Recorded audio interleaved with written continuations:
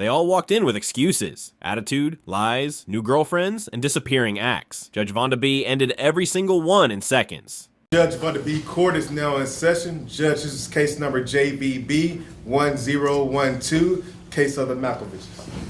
Thank you. You're welcome. You all may be seated. Mr. Malkovich, am I saying it correct? Yes. Okay, you brought this case before the court. What's going on? Where do I start? At the beginning? Okay. Well, cut to the election. The Great White Hope gets elected. Alright guys, this case starts like a normal custody dispute, but it quickly spirals into something way more chaotic. A father walks into court claiming his wife abandoned him and their 2 young kids while battling a heroin addiction. Now she's back, claiming she's sober and wants to reconnect with her children. The judge now has to figure out what matters most, the past mistakes or the present recovery. But the real question is, can trust ever truly be rebuilt after something like this? I thought our household would be happy about it. I find out I'm married to a libtard. And she starts going off the handle, and like eventually she's just partying and doing all this nonsense and gets on H, smack, like a loser, and goes off the rails, leaves me, we got 2 kids, 2 and 5-year-olds. Right away, you can feel the tension building. The father isn't just telling a story, he's unloading years of anger and resentment in front of the judge. But in court, emotions don't win cases. Facts do. Judges care about stability, responsibility, and what's best for the children. And when someone starts using insults instead of evidence, it can actually hurt their credibility. So the big question becomes, is he protecting his kids or letting his anger control the narrative? Okay, you refer to her by her name. What is your name? Martha. You will refer to her as Martha. Martha okay? She will not be a liberal problem, whatever you said, and an I idiot. took her to rehab, which cost $20,000. Okay. That was all of our savings, all of our money. It's supposed to be the kids' college fund, but I figured the kids aren't going to go to college if they have a mom on heroin. Pretty bad example. So let's get it situated. But she got the help, right? Yeah, she got the help. Notice how the judge immediately shuts down the name calling. That's not just about politeness. It's about courtroom control. Judges require both sides to speak respectfully because once emotions take over, the truth gets buried under drama. The father clearly feels betrayed, but legally speaking, the mother getting treatment actually strengthens her case. Recovery can be a powerful factor in custody decisions. So now the tension shifts. Is this story about abandonment or redemption? Okay, so She that's joined what's the cult. important. She drank the Kool-Aid. She stayed longer than her stint. Met some guy named, what's his name? Paul. Met Paul. You know, the globe-trotting Paul. What was Paul into, huh? Meth? Whatever. They're clean and sober together. She comes back, you know, after spending an extra Mr. Malkovich. What? Excuse me? Yes, I mean... Did you come here to waste my time? What is it that you want me to do? Oh, okay. She's now got her life together. Her and Paul got a little... The story takes an interesting turn. The father describes how the mother went to rehab, stayed longer than expected, and even started a new relationship. But legally, none of that automatically disqualifies her as a parent. Courts focus on whether someone is currently capable of providing a safe environment. Past mistakes matter, but proof of change matters even more. And right here, you can sense the judge starting to weigh those 2 realities against each other. Excuse me. I'm just telling you. Excuse me. Did she cut you off while you were giving that elaborate story? I mean, she hardly knows how to speak English. How's she gonna cut me off? No. Did she cut you off? No.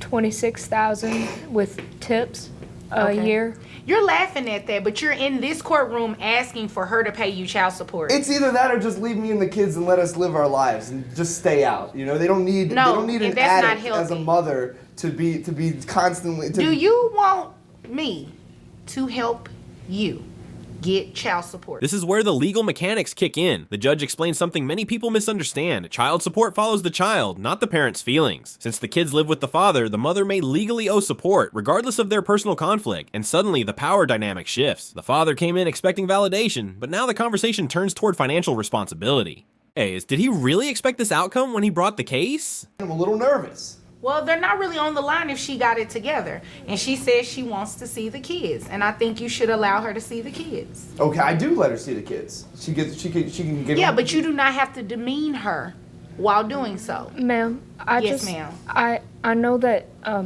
he's right. I did have a hard time about a year ago. But like I said, I'm at a really, or like he said, I am seeing somebody else who I think is very good for me. Okay. Mainly, I would just like, I don't mind paying whatever child support, but if we could work unsupervised visits into the agreement, I would really appreciate that. I just don't want to see him anymore. I think she should have some unsupervised access, considering like- that she's gotten her stuff together. Well, how does that work? I mean, because who decides that? Like, can the first one be with another third party that comes? I don't think that's necessary. Watch closely here, because this moment reveals something important about courtroom strategy. The judge begins questioning both sides: income, behavior, and credibility. The mother admits her past struggles, but she also shows willingness to take responsibility. That kind of honesty can go a long way in family court. Meanwhile, the father's anger continues to dominate his tone, and sometimes in court, how you say something matters just as much as what you say. What are you doing? What do you mean? What am I doing? I'm listening to you. Go you on. have a cigarette in your mouth. There is no smoking in this Why building. would you be smoking in there? No, there's you no want smoking. Wait, bailiff, before he leaves, I need you to know this. We're going to reset your case because obviously you have a lot going on. So when you're ready to conduct yourself in a way that's appropriate for this courtroom, then you come back and ask me for some relief. So you want me to come back and No, miss what I want another you day to at do, work? what I want you to do is be quiet, listen to what I said, and get out of my courtroom. This is a kangaroo court. Well, thank This is you. absurd. Thank you. This is what we're going to do, Martha.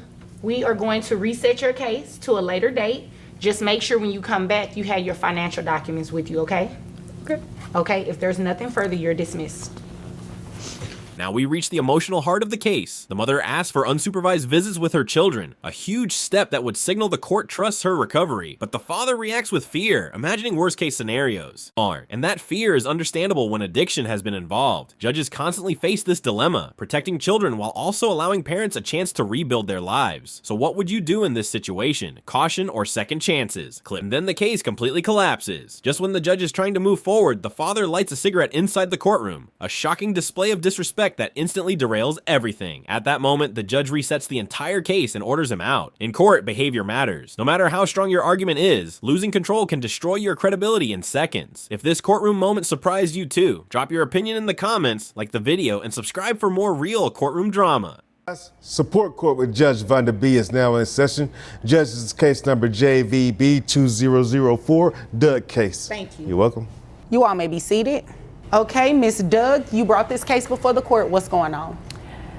Okay, Judge. Well, I'm bringing Tim to court today because he's not taking care of his children, his responsibility, and I need help. So I'm requesting for child support. All right, when you All right, say guys, he's this not one gets taking care of messy his fast. responsibility, Mother walks into court what do you saying mean the by father that? of her 3 kids is Financially, not is helping he the not way he picking should. them up? Not with Because you bills, know not with that can mean a lot expenses, of things. not with the real Exactly. burden So of he's raising not children picking day them to day. up. But once the judge I'm starts having asking to pay questions, it someone to becomes go clear pick this the case kids up isn't from just about daycare. money. Okay. It's about truth, You're image, paying and them? who's really I'm been carrying the paying load out of all pocket. along. How much are you paying? Approximately $200 a week. A week? Yes. Okay.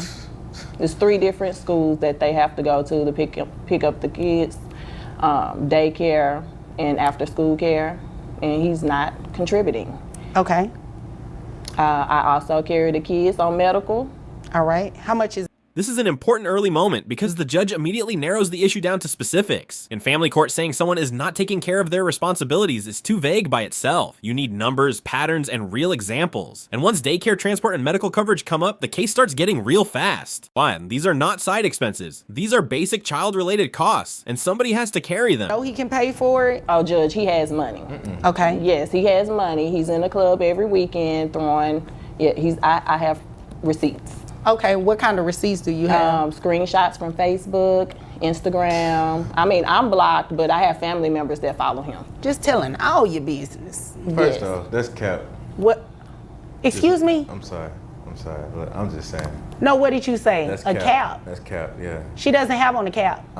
Cap means that's lying. She's lying. Oh, okay. This that new age stuff. That's that new age. How you spell that? C-A-P. C-A-P, Exactly like how a it regular sounds. cap. Exactly. Oh, okay. I learned something new. So is All it right. fake money that you're throwing to him? No, it's fake what you talking about. Oh, okay. Well, We'll get to Tim. Tim, we'll get to Now the mother brings in something a lot of people underestimate in court: lifestyle evidence. She's saying if he has money to spend in the club, then he has money to help support his children. And while social media alone does not prove full income, it can absolutely affect how credible someone looks. So when the father jumps in saying that's cap, the tone changes instantly. Now the judge is not just listening for facts, she's watching credibility.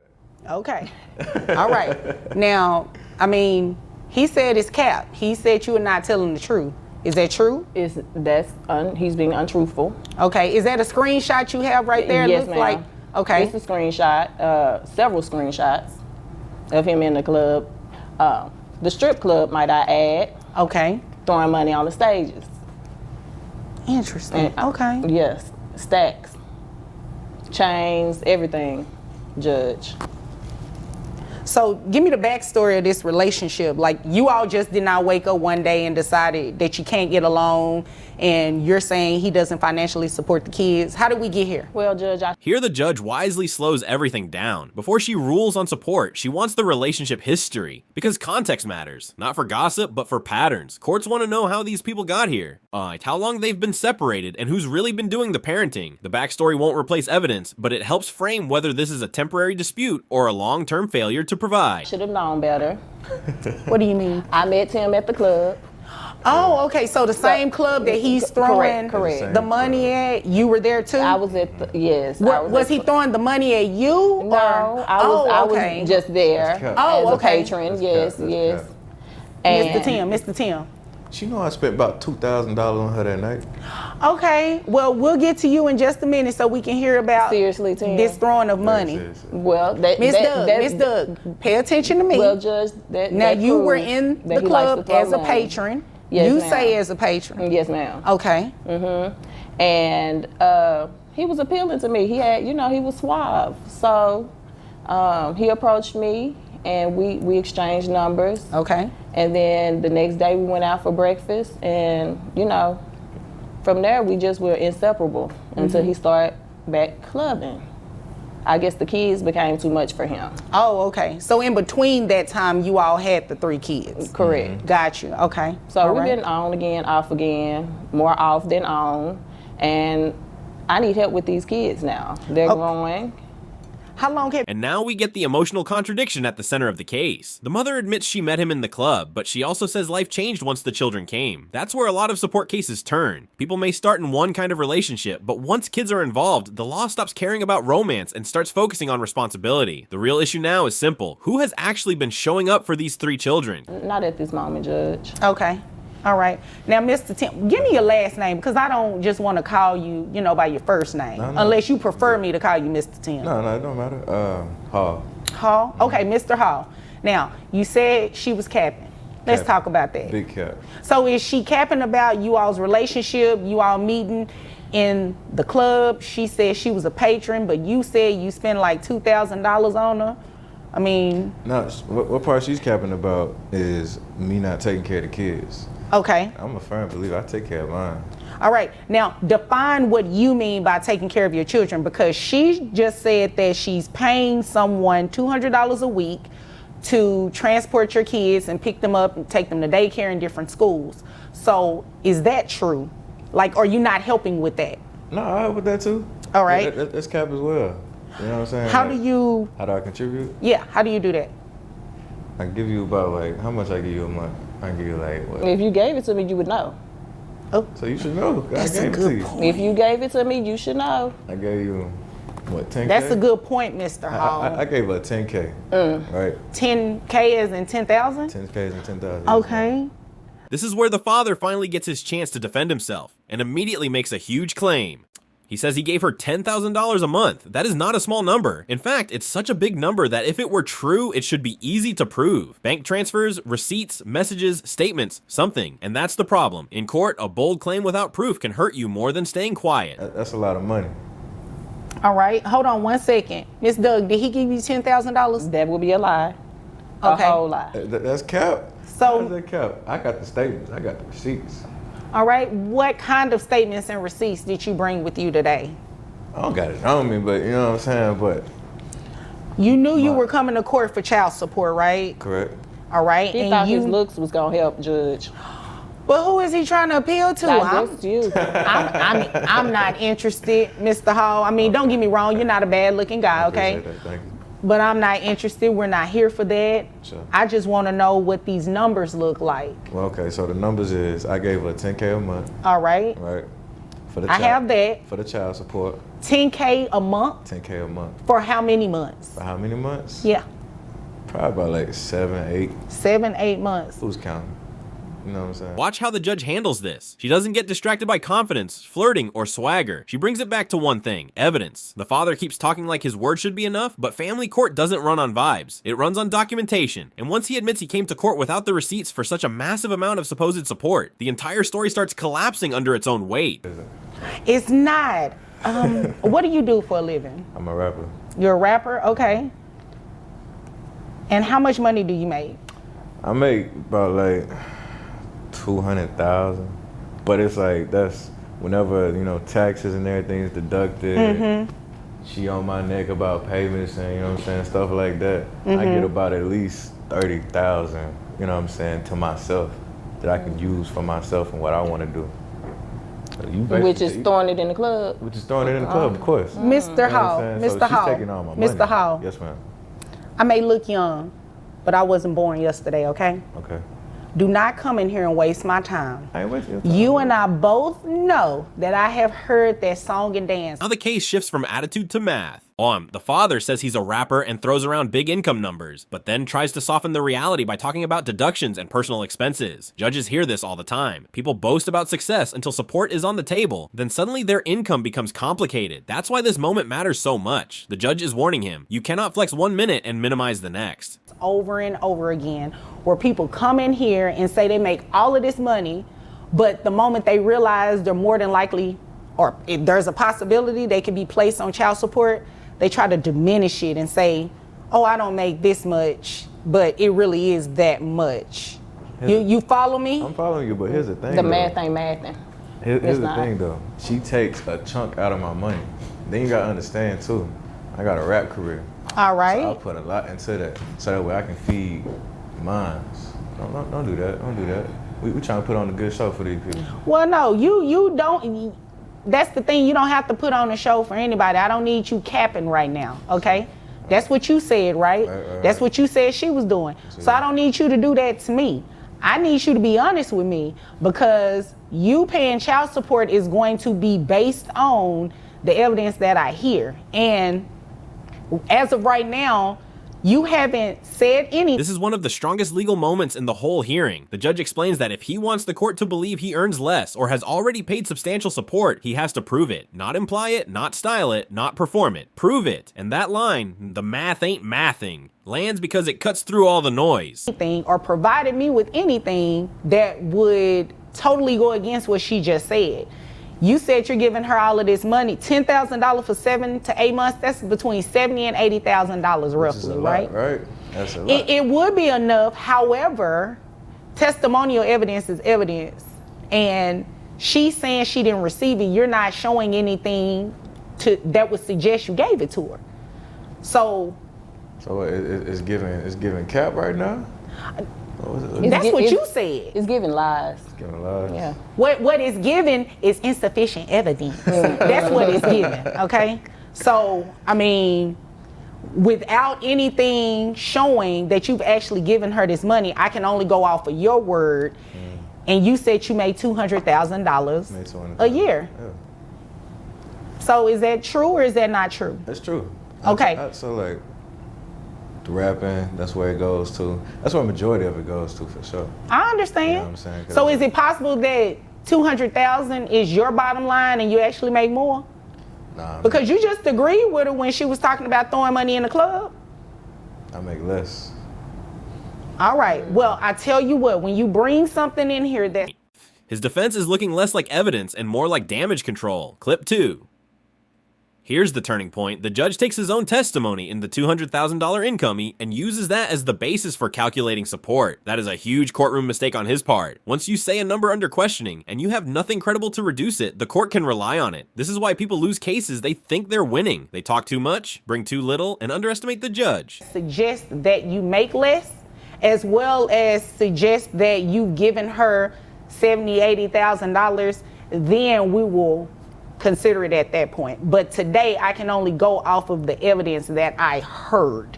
You don't have any type of 1099s or anything to show that you're paying other people any expenses, anything like that. This is my expense right here.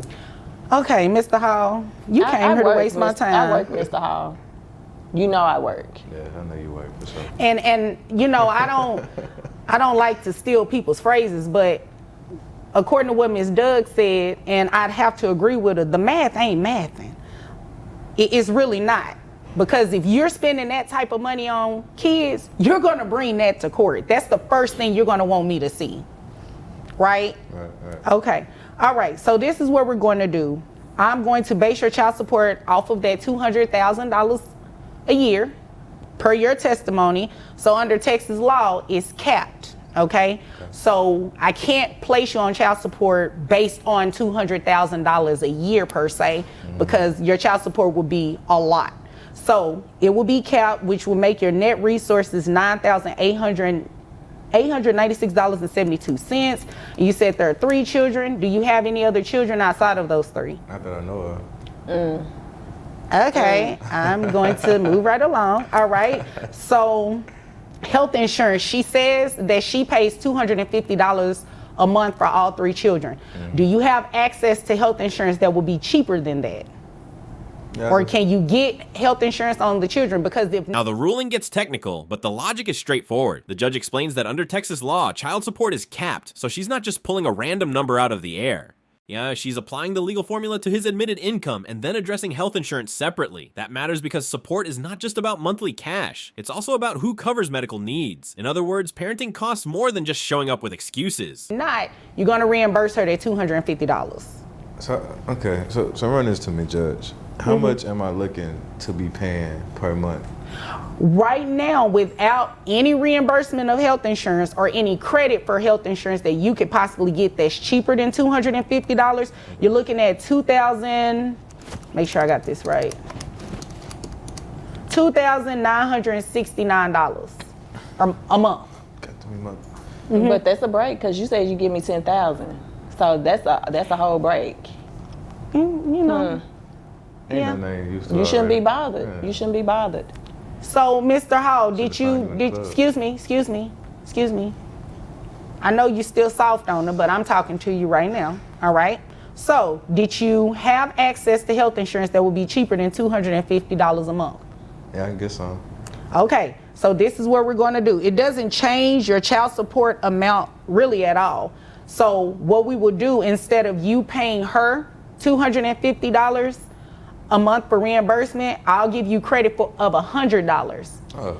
But you have to enroll the children in health insurance within the next 30 days. If you don't do it within the next 30 days and she comes back, you'll be paying her the $250 reimbursement. We'll be back, Judge. No, Okay. We'll be back. Well, that has nothing to do with me. All right. So your have child my support amount will remain at the $2,969. You know, of course, like I said, that's depending on you getting the health insurance. If not, that number will go up. Okay. Okay? We probably gonna see you again. Okay. You're gonna see me again because you're gonna do what I'm suggesting, right? That's kept. Oh, okay. Well, Mr. Hall, is there anything else? Mr. Hall, is there anything further? No, man. Okay. Ms. Doug, is there anything further? No, Your Honor. Okay, if there's nothing further, you both are dismissed. And that's how this courtroom battle ends. Not with the father proving he paid tens of thousands, but with the judge ordering nearly $2,969 a month in support, plus strict conditions on health insurance for the children. The biggest mistake he made was thinking confidence could replace evidence. It couldn't. In the end, the court followed the numbers, the testimony, and the responsibilities tied to raising 3 kids. If this case stunned you too, drop your take in the comments, hit like, and subscribe for more courtroom courtroom drama like this. Support court with Judge Vonda B is now in session. Judge, this is case number JVB 1016, Mercy case. Thank you. You're welcome. You may be seated. Okay, is it Miss or Mrs.? Miss. Miss Mercy, you brought this case before the court. What's going on? Yes, so my baby daddy is just not doing his part, taking care of our twins. It's been 2 years and it's just getting really hard doing it. All right, guys, this case starts with a mother at her limit. She's raising twins, trying to keep her career together, and telling the court the father has been absent for 2 full years. But this is not just a basic child support hearing, because the moment she starts describing his lifestyle, the case turns into a mix of missing responsibility, suspected hidden income, and a man who did not even bother to show up. By myself and trying to maintain my career and everything as well. You said twins. Are these boys, girls? A boy and a girl, Rolls and Royce. Okay, like the car? Yeah. Okay, what's the boy's name? He's Rolls. Rose, okay. Let's make sure I get it. And Royce is the girl. Okay. Royce is actually a cute name for a girl. I like it. Never thought about that. When I looked at her, she just looked like a Royce to me. Okay, all right. Judge wastes no time getting to the real issue. Is this father simply uninvolved, or is he refusing to support his children financially while living another life outside the home? That distinction matters. In family court, emotion may open the story, but structure decides the outcome. Once the twins' ages, living situation, and support gap come into focus, boy, the case becomes less about excuses and more about measurable parental duty. How did the two of you get together? Yeah, so I was actually at an after party for a concert, and he was a performing artist, and a couple drinks, and I became more social and decided to go express my flirtations on him, and then one thing led to the next. Okay, keep going. Got Lead 2 with that. beautiful kids. He's a rapper, a local rapper though, so he's still building his career. He also does like some hustling on the side as well, so Okay. I want a piece of that as well, because he makes a good living doing that. Now the backstory comes in, and it matters more than people think. The mother explains they met after a concert. He was a local rapper, and the relationship moved fast. But once children are born, the law stops caring how exciting the relationship began. It only cares who is showing up now, and that is the emotional shift here. What may have started as chemistry is now being judged as responsibility. All right, when you say hustling, like that could be anything. Does he cut hair? Well, I Googled a few things of like kind of what he does. So he goes to the grocery store and purchases like a lot of the same type of items. Typically like there's a lot of baking soda involved. Okay. And So he's a baker. I would say so, yeah, he bakes. Okay. He's pretty popular around the community too. Oh, okay. So he's active in the community. All right, all right. Yeah. Is this His a pastries nonprofit? are like off the shelf. He's always selling out of his pastries, so. Oh, This is where the transcript takes a sharp turn. The mother hints that he has a side hustle, then starts describing suspicious purchases, baking soda, bulk items, community popularity, all without directly proving what any of it means. And that's a dangerous line in court. You can imply a lot, but judges cannot build support orders on implication alone. So already the tension becomes, what can she prove and what is only suspicion? With another chick up the block, and he's not even taking care of his kids, but he has time to wine and dine her and all of this. And all I'm asking is that he just does his part for Rolls and Royce. all right. Does he have any other children outside of Rose and Royce? He does. Okay, how many other I children? found out about them after the fact, but he does. Okay, and how old are Rose and Royce? I don't think I asked They're you that. 2 years old. 2, all right. And these other children, are they older, younger? Both. He's got 2 older and 1 younger. 2 older, 1 younger. So a total of 3 outside of Rose. Then the emotional angle deepens. She's not just upset about the lack of money, she's furious that he has time to wine and dine another woman while ignoring his twins. That kind of contradiction hits hard because viewers instantly feel it. How can someone play provider in public but disappear in private? And once she reveals he also has 3 other children, the case becomes even more serious. This is now a pattern, not just a one-off failure. And Royce. Correct. Okay. When was the last time you seen him? Oh, I saw him a couple weeks ago when he was with old girl. Okay. Did you have him served at that time? Because I do see a return here where he was served? He was served a week prior to that. Okay, all right. Did you all discuss anything about whether or not he was coming to court? I mean, not that you had to, but I mean, did when you? I saw them, I tried to approach them, but it didn't, we didn't really get to discuss much about the court case. When you approached them, what did they look like? I mean, it wasn't anything bad. I just saw them out, so I walked up to them. I saw the girl sitting there, and she had... Here, the judge starts testing credibility in a subtle way. She asks about service, whether he knew about court, and what happened when the mother recently saw him. That matters, because if he was properly served and still skipped court, that silence can hurt him. And when the mother's street encounter turns into a petty exchange over another woman's bag, you can feel the case balancing between real legal harm and personal frustration. I had a cute little bag, so I commented on her bag, and then she took it as a petty remark. So we got Were you being petty? The bag was cute. It was a Telfar bag. What did you say? Cute. I was like, oh, this little bag is cute. Oh, you put little in there. It was the little, they have 3 different sizes, so it was actually the little bag.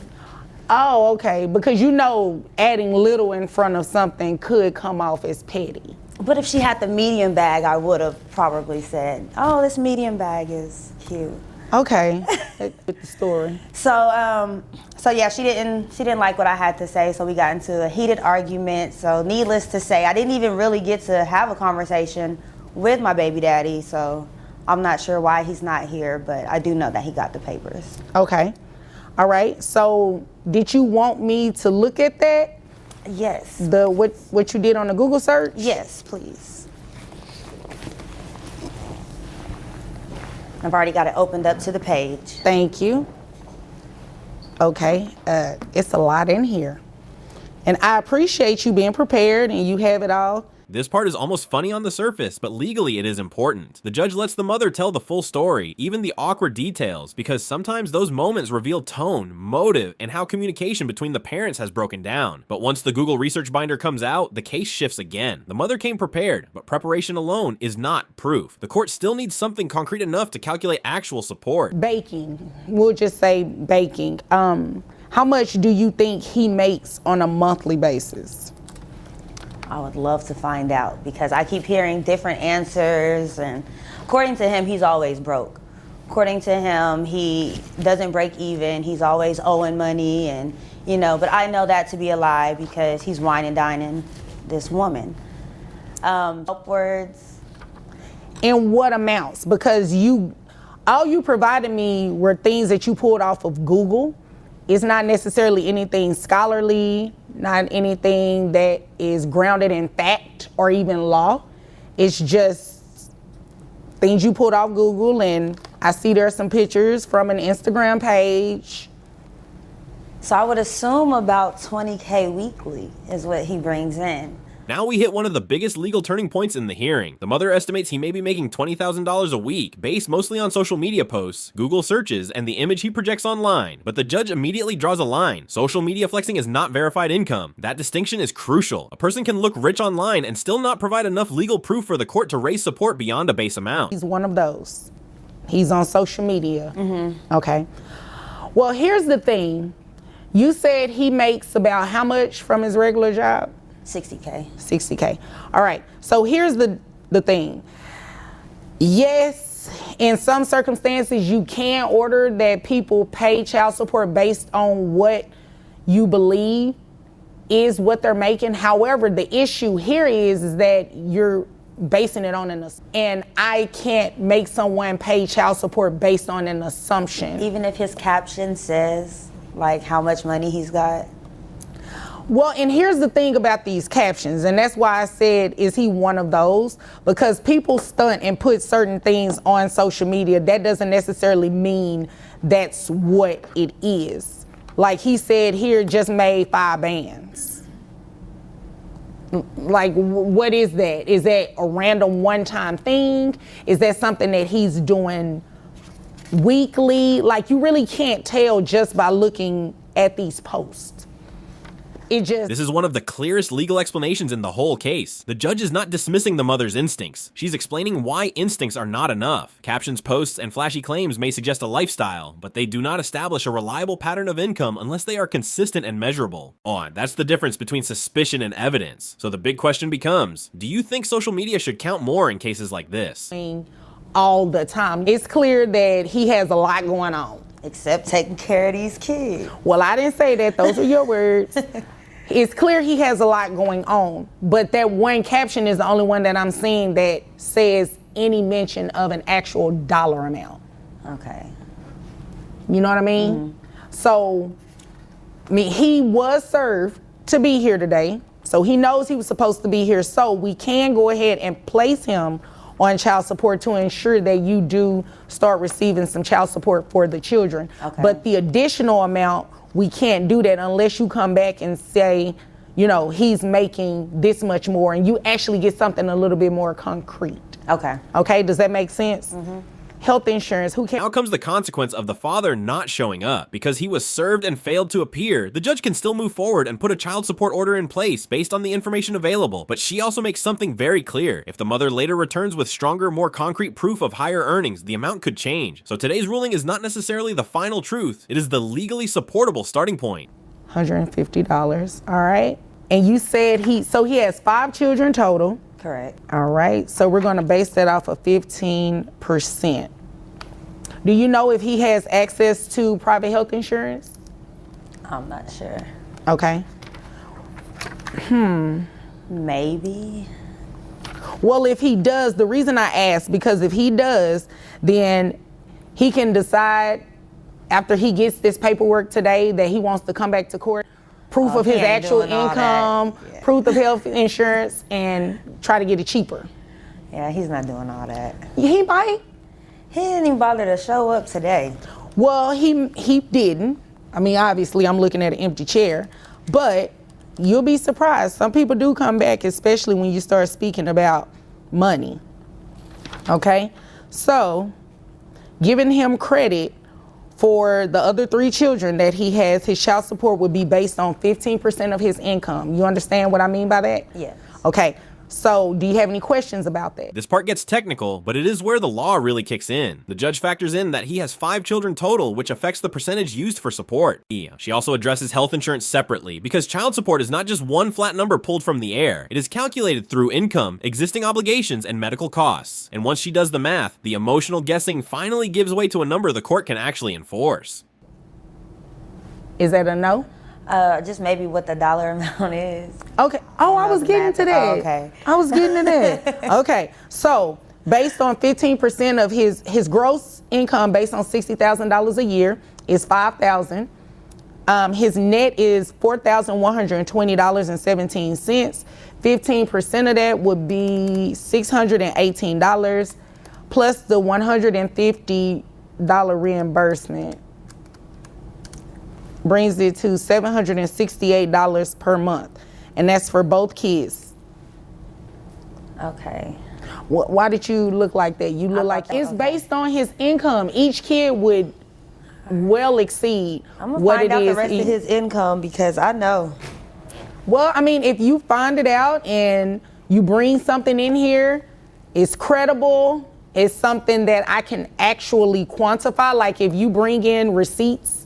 When I say receipts, I'm talking about the things that you brought in already on Instagram, and it's showing something consistent, like I'm making $5,000 every 2 weeks. Well, we can quantify that, right? Okay. That's $10,000 a month. So you multiply that over a course of a year. You see what I'm saying? Mm-hmm. Something a little bit more concrete. So, do you have any questions about anything? No. Okay. All right. So in the end, the mother does get a support order and $768 a month, including medical reimbursement, but not the larger amount she hoped for, because the court needs verified proof, not just online appearances. That's what made this case so interesting. The father's absence hurt him, but the mother's evidence still had limits. The judge followed the law, not the vibe. If this case stunned you too, drop your take in the comments, hit like, and subscribe for more courtroom drama like this. All rise. Support court with Judge Vonda B is now in session. Judge, this is case number JVB1067, Daniel's case. Thank you. You're welcome. You may be seated. Okay, it looks like Miss Daniels brought this case before the court. And what's your name, sir? Michael. All right. Michael, well, what's your last name? I don't want to call you by your first name. Clough. Michael Clough. All right, Mr. Clough. It looks as though you were brought. All right, guys, this case starts with something unusual right away. A man walks into court expecting to defend himself against child support, but the person who filed the case never shows up. Instead, he tells the judge a shocking story. The mother allegedly dropped off 5 kids, drove away with another man, and hasn't been seen for 2 months. Now the courtroom has to figure out whether this is a misunderstanding or a complete collapse of parental responsibility. Out to court. Unwillingly. if I may add. Okay, to be put on child support, but Right. she's not here. She's never here, Your Honor. She never shows up. All right, so Same. tell me what's going on. Well, you know she brought you here for you to pay child support. So Right. what's going on with you all's situation? I mean, not too long ago, she dropped the kids off. She was in a strange vehicle, saying she was about to come up on some money, and I haven't seen her since, Your Honor. Okay. And I'm taking care of these kids. I got to go to work. I can't, you know, they might. The judge immediately focuses on the core issue. When someone files for child support but fails to appear in court, it creates a serious problem for their case. But here's the twist. The father isn't denying responsibility at all. In fact, he's claiming the opposite. According to him, he's been raising 5 kids alone since she disappeared.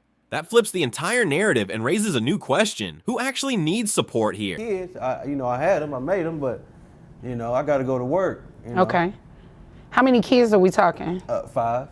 5 kids? She dropped out 5 kids with you? 5 kids, Your Honor. No And clothes, kept going. no nothing. Who was kept driving going. the car? Could you see? I couldn't see. You know how it is. No, I Maybe don't. you don't. Tell me what you mean. I mean, you know, these women get with these strange guys, and you know they give them this false hope, and so she was in some kind of old Cutlass with some 20s on it, and she rode off in the sunset. Haven't seen her since. And all 5 of the kids were in that car? All 5 of them sitting on each other's laps. Wow. Yeah, it was bad.